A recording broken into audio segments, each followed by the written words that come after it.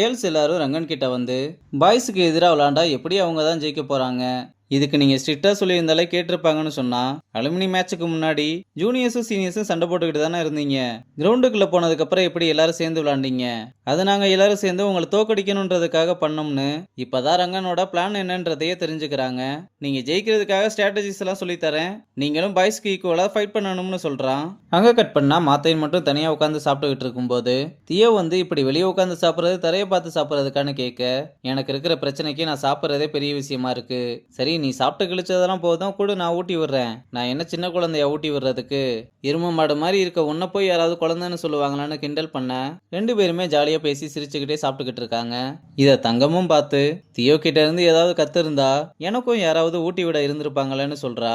ஆனா மணி அதுக்கு எதுவுமே சொல்லாம அங்க இருந்து கிளம்பி போறான். இங்க ரங்கனும் துளசிக்கு கால் பண்ணி தூங்கிட்டியான்னு கேட்டா, எங்க தூங்குறது, பாஸ்கர்னு ஒரு மினிஸ்டரா சேலஞ்ச் பண்ணியிருக்கேன், அவர் மக்கள் நிதியில கை வச்சதா ப்ரூவ் பண்றதுக்கு ஃபைல்ஸ் எல்லாம் கலெக்ட் பண்ணிக்கிட்டு இருக்கேன்னு சொல்றா.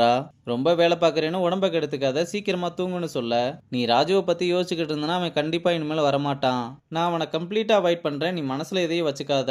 இல்ல நான் டீமை பத்தி தான் யோசிச்சுக்கிட்டு இருந்தேன், கண்டிப்பா இன்னொரு தடவை வரேன்னு சொல்றான். அப்புறம் மறுநாள் மாத்தையன் வந்து ரங்கன் கிட்ட, அம்மா ரிகாப்புக்கு வரேன்னு சொல்லிட்டாங்க, நீங்க சொன்ன மாதிரி அவங்கள மாத்த என்னோட பெஸ்ட்டை ட்ரை பண்ணுவேன், ட்ரை பண்றதெல்லாம் இல்ல, உன்னால மட்டும்தான் அவங்கள மாத்த முடியும்னு நம்பு. சார் ரொம்ப பதட்டமா இருக்கு, உங்களை கட்டி பிடிச்சுக்கவா?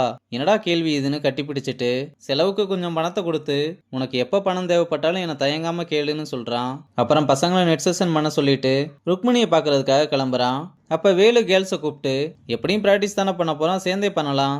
இல்ல நாங்க தனியாவே பண்ணிக்கிறோம். என்னலாரா பிராக்டிஸ்க்கே பேக் அடிச்சா எப்படி?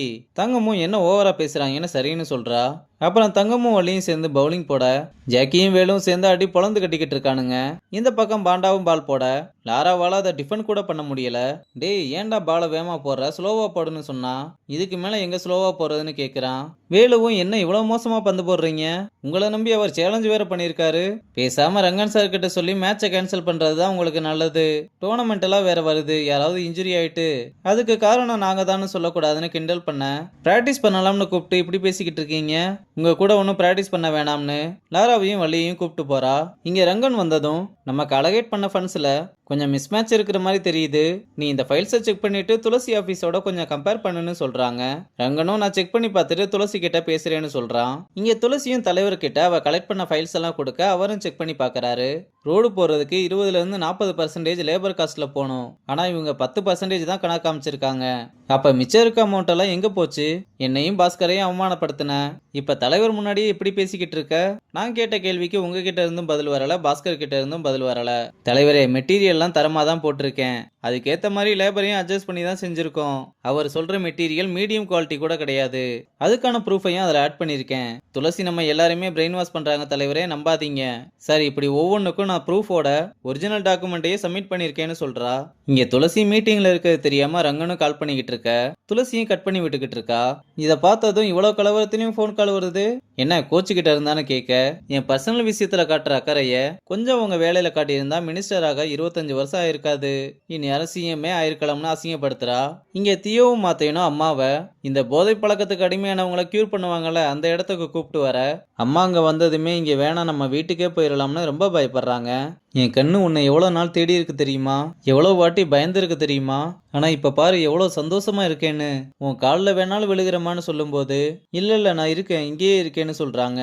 அப்ப உள்ள இருந்து ஒரு பேஷண்ட் அலறி அடிச்சு கத்த ஆரம்பிக்க அம்மா ரொம்ப பயந்து மாத்தையனை கட்டி பிடிச்சு அழுகுறாங்க.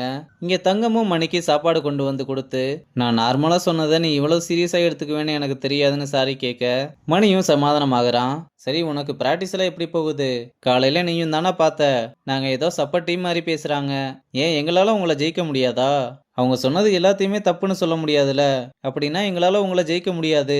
இல்ல பிராக்டிக்கலா நீயே யோசிச்சு பாரு, அப்புறம் அன்னைக்கு மட்டும் நான் பிளேயர் ஆஃப் த டோர்னமெண்ட் வாங்கினப்ப நீ ஸ்டார் பிளேயர் அது இதுன்னு சொன்ன, ஆனா இன்னைக்கு எப்படி சொல்ல மாட்டேன், ஏன்னா உன்னை பார்த்தாலே தெரியுது நீ செம்ம பயத்துல இருக்க, ஆனா என்ன வெளியே தான் காட்டிக்க மாட்ற, நீ இப்படி எடக்கு மடக்கா பேசிக்கிட்டு இருந்தனா சத்தியமா எந்திரிச்சு போயிருவேன்டா, நான் வாட்டுக்கு செவனேன்னு உட்காந்துருந்தேன், நீயே வந்து டிஸ்டர்ப் பண்ணிட்டு இப்போ இப்படி பேசிக்கிட்டு இருக்க.